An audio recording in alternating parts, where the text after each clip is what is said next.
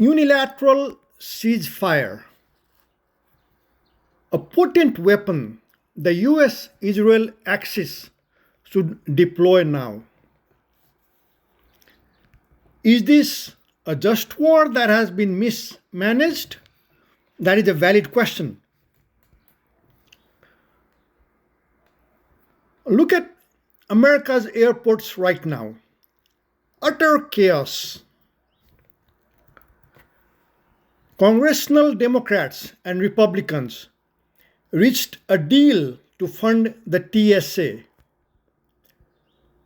But President Trump refused to sign off because funding for ICE was missing. ICE already operates with a budget larger than most national militaries on earth.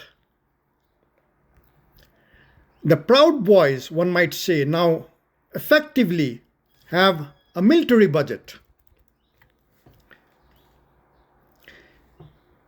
Yet, while Washington bickers over domestic security theater, the larger conflict grinds on. The US-Israel axis faces a moment when bold, asymmetric thinking is required. Rather than endless negotiations that go nowhere, the two allies should announce a unilateral ceasefire for 4 weeks, renewable, no preconditions, no talks, just stop. Iran would then face an immediate public test: open the Strait of Hormuz. The world's oil artery would breathe again. Global markets would stabilize. Shipping lanes would reopen without fear of mines or missiles. And the pressure on Tehran would be enormous because the bombing would have already stopped.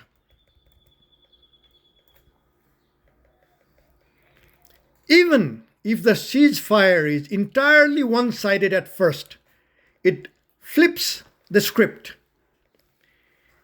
Iran would be on the defensive before the cameras of the world. Any missile or drone launched after that moment would look like pure aggression, not retaliation. The moral and diplomatic high ground would shift instantly. My bet is simpler and deeper. The Iranian people themselves would take to the streets. When the bombs fall silent, when the fear of the next explosion lifts, ordinary Iranians, already wary of isolation, sanctions, and endless conflict, would sense an opening. They have done it before under far worse pressure. A breathing space is often all it takes for internal dissent to surge. This is not theory.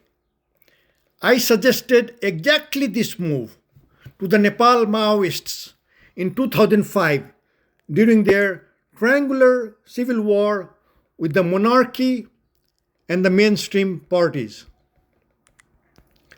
A unilateral ceasefire held even when the other sides did not reciprocate changed the political equation overnight. It isolated the hardliners, energized civil society, and altered the course of the entire conflict. What worked in the Himalayas can work in the Gulf.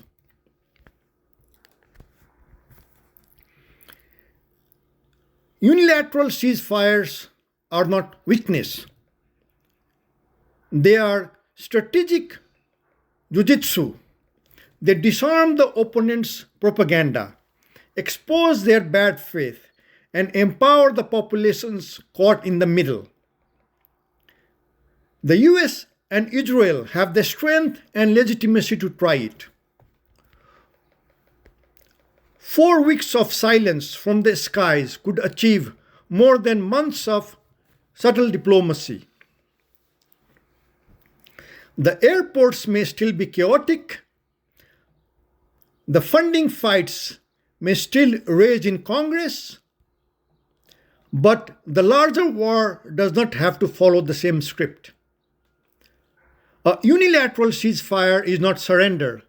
It is the most potent weapon still unused. Time now to deploy it.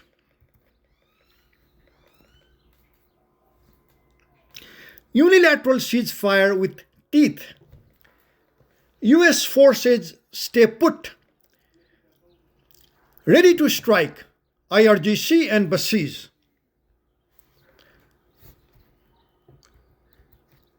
Unilateral ceasefire, yes, but the US military would stay put in the region should the Iranian people come out into the streets.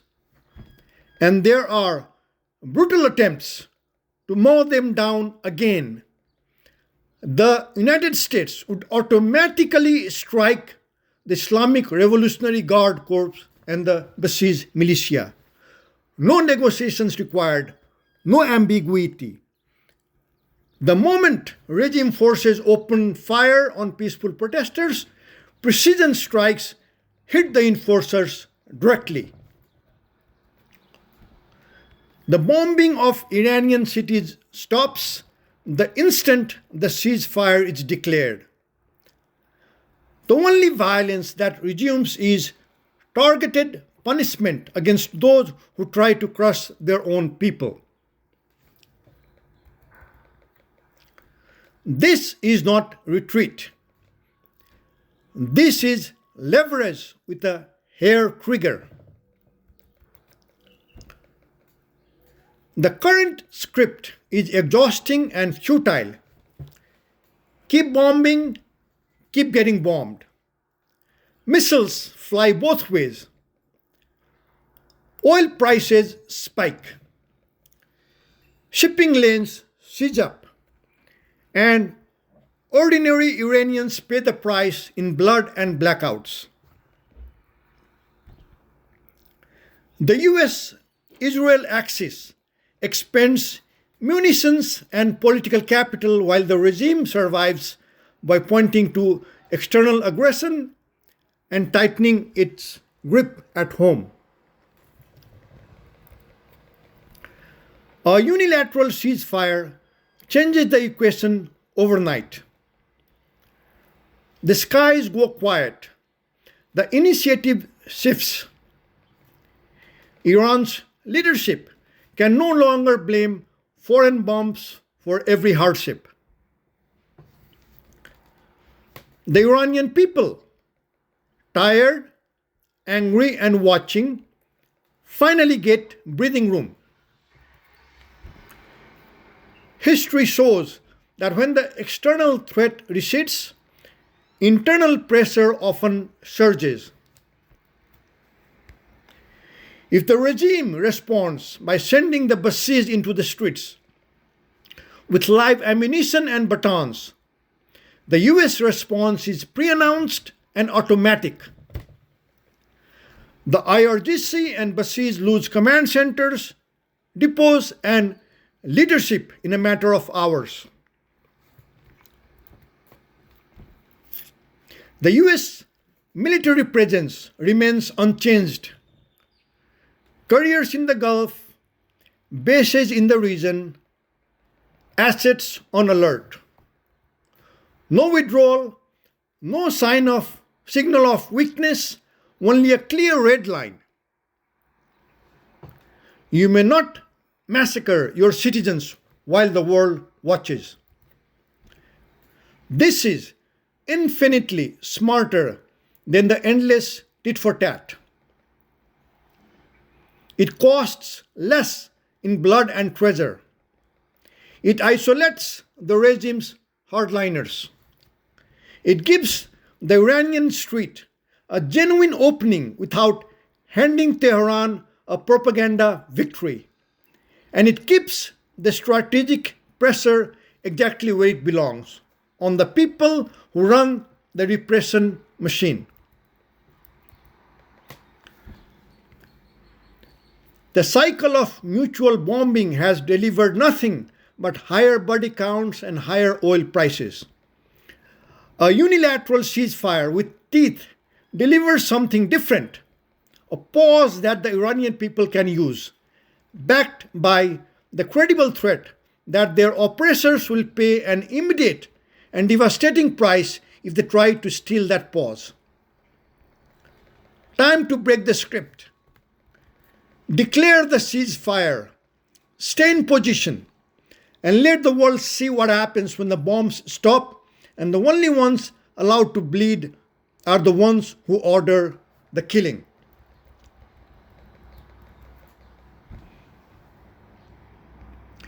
Unilateral ceasefire, the smarter path to ending Iran's nuclear, missile, and proxy programs. This is a much better way to deal with the nuclear program, the missile program, and the proxy program. A unilateral ceasefire with US forces remaining in position and an automatic red line against any massacre of protesters does not weaken America or Israel. It accelerates the collapse of the regime that built those programs in the first place. The moment the bombs stop and the Iranian people sense real space to breathe, the street will move. History is clear. When external pressure lifts even briefly, internal pressure explodes. If the regime responds with the IRGC and Basij mowing down its own citizens, the pre-announced US strikes hit those exact forces.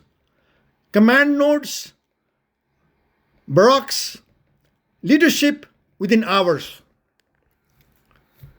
Within hours, the repression machine loses its teeth while the world watches. And here is the decisive advantage no endless bombing campaign can match. The transitional government that will succeed this regime has already pledged full cooperation on all three fronts. They have committed to verifiable dismantling of the nuclear infrastructure. They have committed to the total shutdown and international oversight of the missile program.